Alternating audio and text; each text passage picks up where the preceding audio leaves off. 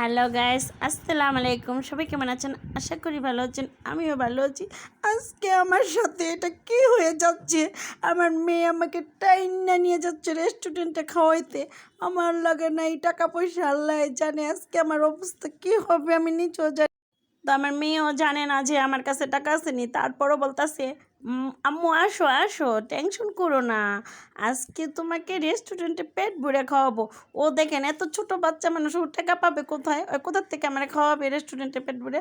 ও দেখেন আমার সাথে কেমন করতেছে যে মা তুমি খাইবা না, সব আমি খামু, তুমি এগুলো দেখাইতেছো কে? আরে আমার মেয়ে বলতেছে আম্মু এগুলো তুমি লাড়াচাড়ি করো না, এগুলো কি ডাল নাকি? আমি বলতেছি না মা, এগুলো ডাল না। আমার মেয়ে বলতেছে তুমি কেমনে লাড়তেছো? হ্যাঁ, খাইতে তো খুব মজা হবে মনে হয়। আমার মা মেয়ে মিলে ওই দেখেন আমাকে শসা খাওয়াই দিতে গিয়ে আবার ওই খেয়ে ফেলাইতেছে। দেখেন আমার মেয়ে আমাকে কেমন ভালোবাসে। তা যাক, আমার মেয়ে আর আমি ফানি ফানি একটু দুষ্টুমানি করতেছিলাম। তাই রেস্টুরেন্টে খাইতে এসে যে আমাদের সাথে কি হবে সেটা আপনারা পরে টের পাবেন। আপনারা টের পাবেন না, আমি টের পাবো যে আমার কি হবে। আমার পকেটের আমার ব্যাগে নেই একটাও টাকা, অথচ আজকে আসছি আমি রেস্টুরেন্টে খাইতে।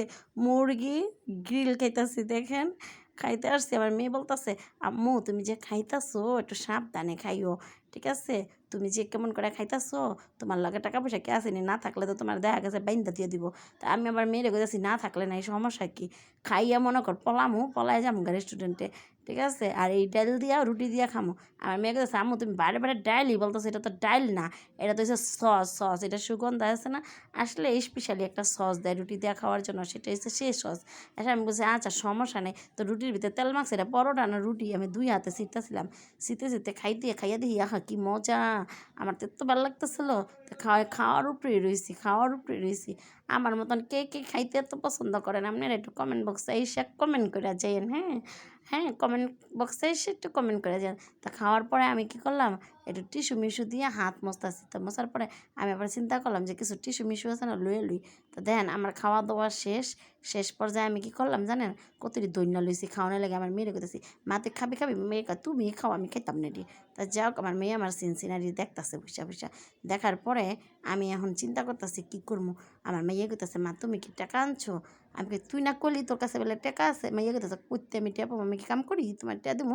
আমি আবার করি পড়াশোনা, আমি ছোটো মাইয়া তোমার ট্যাপাম কই? তা আমি কই যা, টিয়া পয়সা যেত নাই তো এই আর ডিউটিটি কী করবো, এটিরে টিস্যুর ভিতরে পেঁচাইয়া যাওয়ানোর সময় হ্যাঁ গো দিয়া যা মনে কমে যে আমরা খাইছি, আপনার গো আর ডিউটি দিয়া গেলাম, টিয়া যেহেতু নাই। তাই মানে ভেড়া কি মানবো, আমি তো এটাও চিন্তা করতেছিলাম। তো আমার মাইয়া করছে ওই পাশে গিয়া বইয়া রয়েছে যে মার কাছে টেয়া নাই, তাহলে আমি ওই পাশে গিয়া বইয়া থেকে কী করবো। আজকে তো মনে হয় দরাটা মায় যে দুজনেই খামো।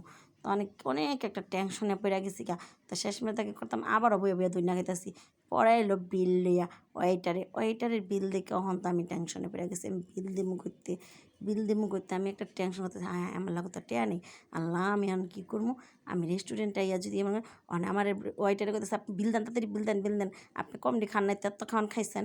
আমি কী করবো, আমি করতেছি দাঁড়ান দিতেছি এদিকে যেতে গেলেছিলাম রেস্টুরেন্টের ওয়েটারে আমার টান দিয়াই না, দেখেন লাস্টে আমার কী করলো, আমার কী বেজ্জতি করলো, আমার দিয়া মনে করেন গ্লাস মিলাস যা আছে হাঁড়ি পাতিল সব আমার দিয়া ধোয়াইলো। আমি জীবনে কোনো দিন কল্পনা করি নাই আমার ভাগ্যে এমন হইব, হাঁড়ি পাতিল শেষ মেধা রেস্টুরেন্টের ধুইতে হইব। দেখেন এরপরে কী করলাম, পয়রা ময়রা দৌড় দিলাম, বেটারা কইতেছে আমার পুরো রেস্টুরেন্ট মুচ্ছা দিয়ে যেতে। এই ভয়ে কী করলাম, আমি পয়রা ময়রা দিছি দৌড়, আমি দৌড়ের আগে রইছি।